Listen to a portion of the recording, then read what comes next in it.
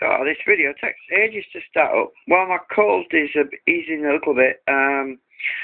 Got the first coil for the actuator wound. Yes, it's pretty long, and I'm using a rather long piece of Alnico humbucker magnet, but I've cut that down because it was really long.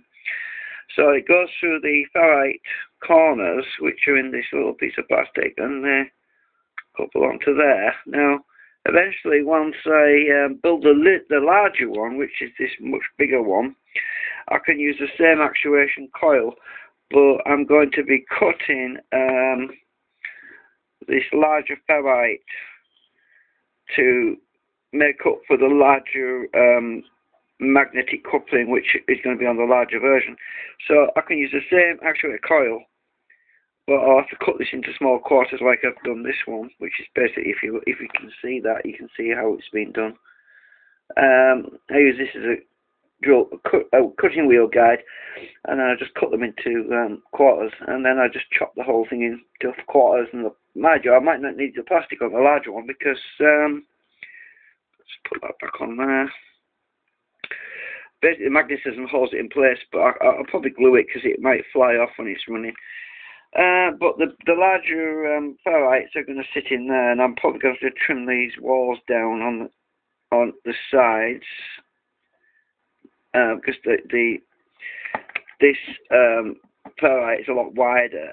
So I don't know if you can tell, but well, it's inside there, so but you can get an idea that it's going to be a lot wider on there. So yeah, I'll probably have to trim the sides down a little bit, but because of the diameter of this one being slightly larger than the other one, which is basically that size, you'll notice the difference between the two.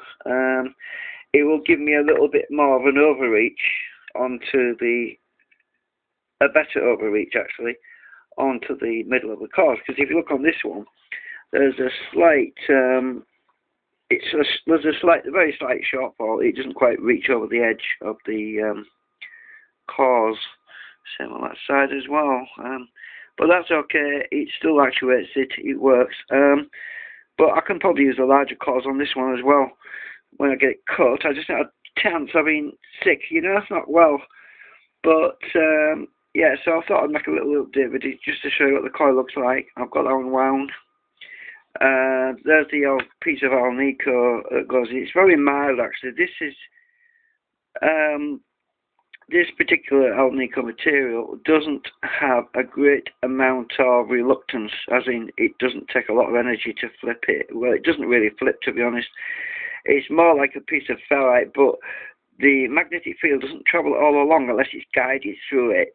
So obviously when the coil's wrapped around like that one, the flux will be guided along the Alnico to the ends, and the idea is that any back lens coming the other way will probably pop out somewhere. And, yeah. Anyway, it's an idea to try out. As in, basically it'll be acting like a waveguide sort of thing. But anyway, this is a bigger one, but I've got to wind the secondary coils on this one. I haven't done that yet. I just thought I'd try with this one first, simply because I've already got some secondary coils which fit in there. I'll pop them in, and so I thought I'll do this one first because I've already got secondary coils which I used in that little thing over there, which I've dismantled now. So the secondary coils are in, so I'm just going to wind another one of these. I can run a test, and we can compare it and get a rough idea on how bright it lights the LEDs, you see. So get a rough idea from that. Anyway, enough of that. Thanks for watching.